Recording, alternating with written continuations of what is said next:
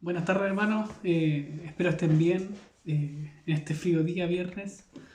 Y vamos a compartir más de la palabra del Señor. Ya estamos entrando en la unidad 10, que nos va a enseñar mucho y nos va a servir mucho con enseñanza acerca de la iglesia, de lo que Dios quiere y cuál es la voluntad de Dios para su pueblo en este tiempo.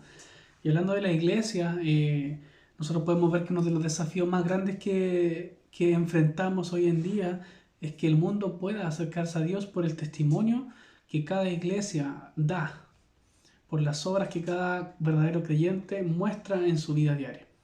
Una iglesia que expresa la voluntad de Dios atrae al mundo y no debería ser al revés.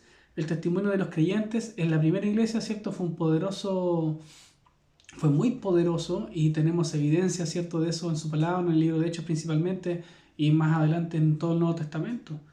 Para llegar a ser ese tipo de iglesia, o como hemos visto, ¿cierto?, la palabra iglesia, esa asamblea, esa congregación, se debe comprender quiénes somos como tal en relación con Dios y en relación con los creyentes, cómo nos relacionamos entre nosotros, ¿cierto?, nuestra relación horizontal y cómo nos relacionamos cada uno en particular con nuestra relación personal con el Señor.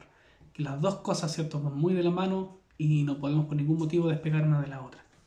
Una doctrina importante que nosotros deberíamos conocer es esta, acerca de lo que se denomina la eclesiología bíblica, que en el fondo, en palabras simples, es poder conocer por medio de la Biblia qué es una iglesia, cómo ésta debe organizarse, cómo se compone y cómo debe funcionar, todo basado, ¿cierto?, en las Escrituras.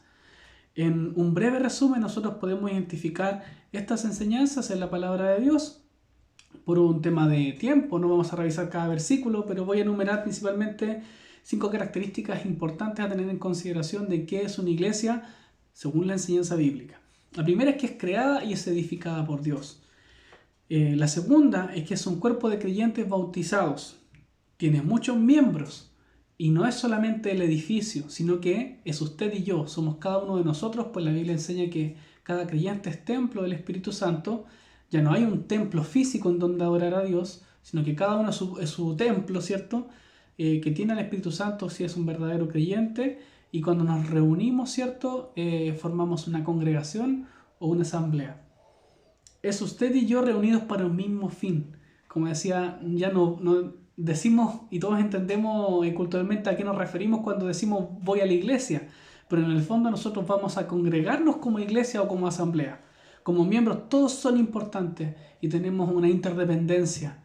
Cada uno es importante para el otro y no podemos vivir separados porque somos un cuerpo. Esta iglesia tiene una cabeza que es Cristo y eso lo sabemos también, y una cosa importante a resaltar de esa parte de esta importante doctrina es que debemos depender de la cabeza. Cuando nos alejamos de la cabeza que es Cristo, la iglesia no puede andar bien. ¿Cómo andaría?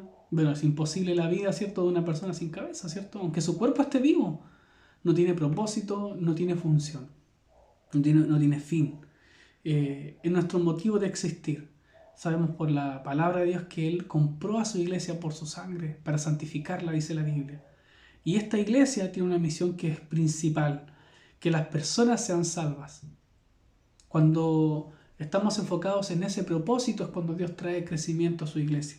Nosotros somos solamente colaboradores en este proceso mediante la ejecución de lo que llamamos la Gran Comisión. No debemos dejar de observar, hermanos, estos mandatos bajo ninguna circunstancia y en ningún tiempo, independiente de lo que pasa a nuestro alrededor. Lo sabemos, Mateo 28, id, hacer discípulos, id, ¿cierto?, evangelizar, entregar el mensaje de salvación, hacer discípulos, el constante trabajo de invitar a gente a ser parte de la iglesia por medio del bautismo, ¿cierto?, y hacer discípulos, enseñarles a moldear o a modelar la vida que Cristo quiere moldear en ellos. Hemos visto muchas veces que no es solamente aprender una lección, sino que impartir un modo de vida basado en la voluntad de Dios. Y por último, enseñar la doctrina bíblica, ¿cierto? Enseñándoles todas las cosas que os he mandado, con el respaldo de Él. Como enseña ahí Mateo capítulo 28, dice, Jesucristo, ¿cierto? Él prometió respaldarnos por medio de su poder, y si hacemos estas cosas, dice que Él va a estar siempre con nosotros.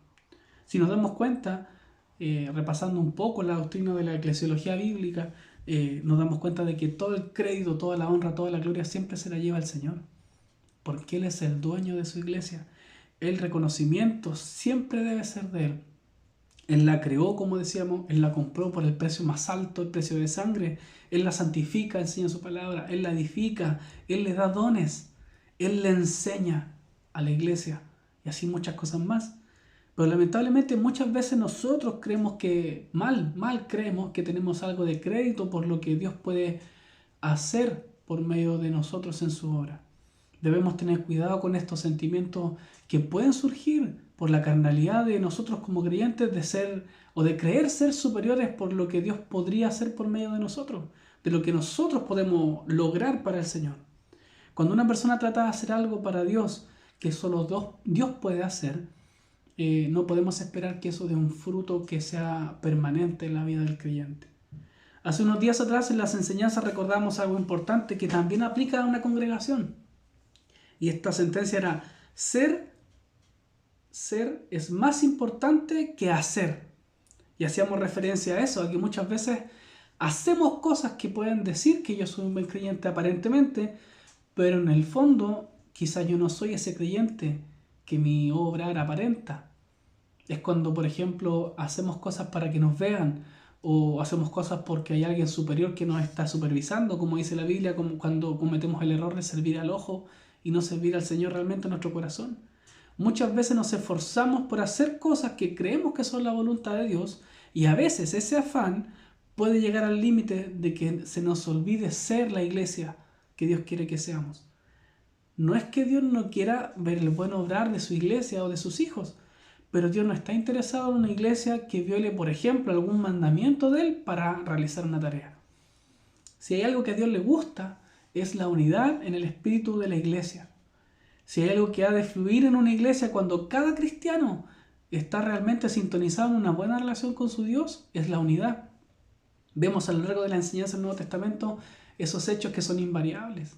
Es impresionante leer el libro de Hechos y ver cómo la iglesia siempre estaba unida.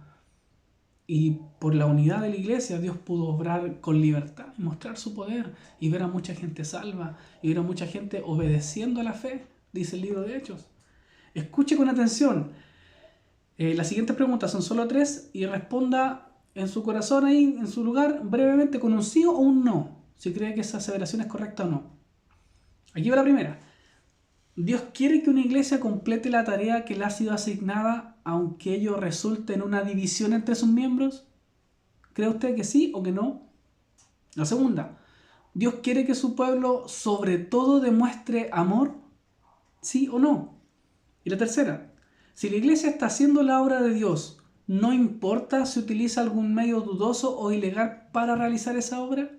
Conteste un sí o un no. Si ya lo hizo, como comentario a esas preguntas, para algunas personas pueden ser preguntas bien difíciles de contestar.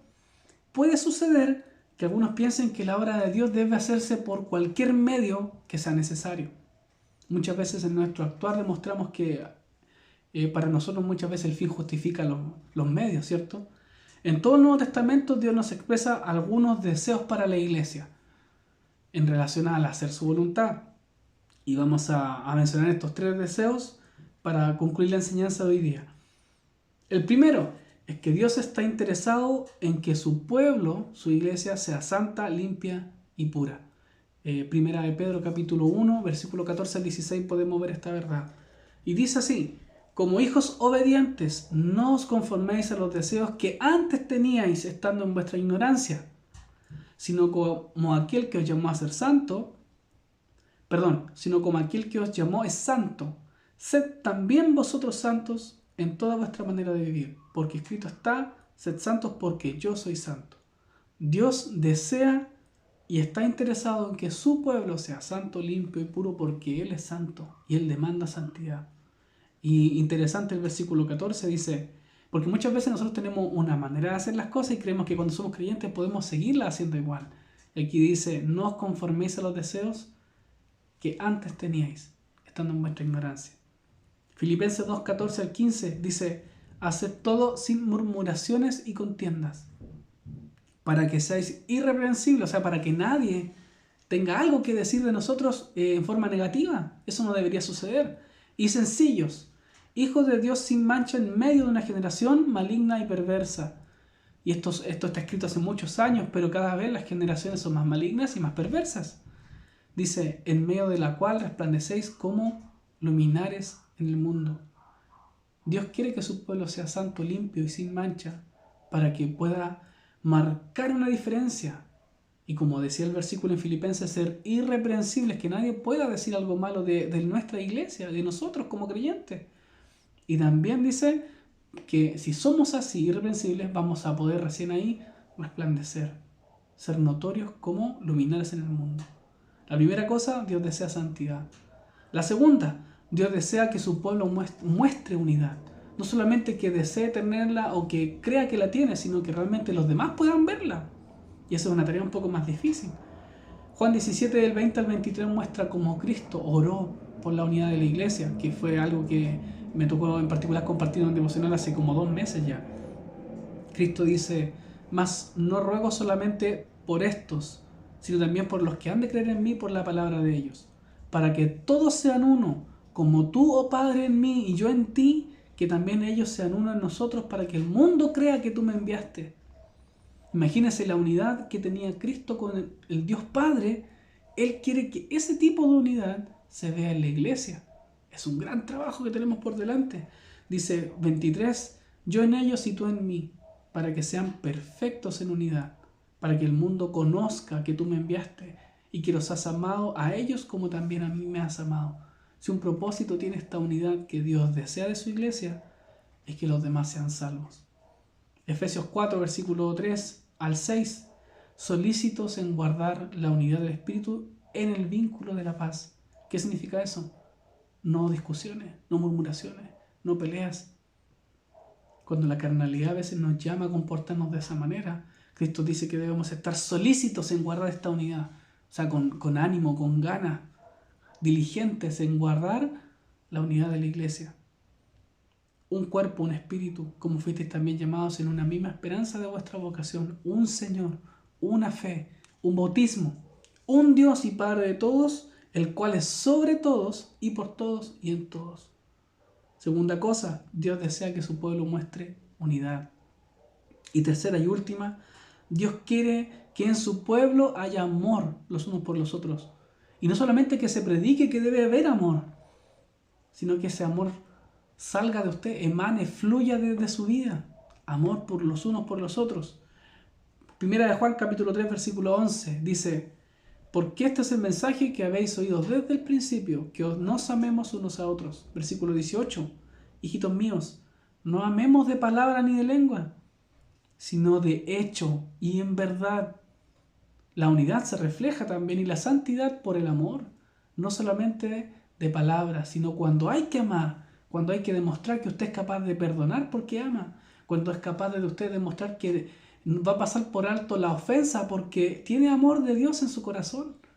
Ese es el amor que Dios espera, de hecho y en verdad.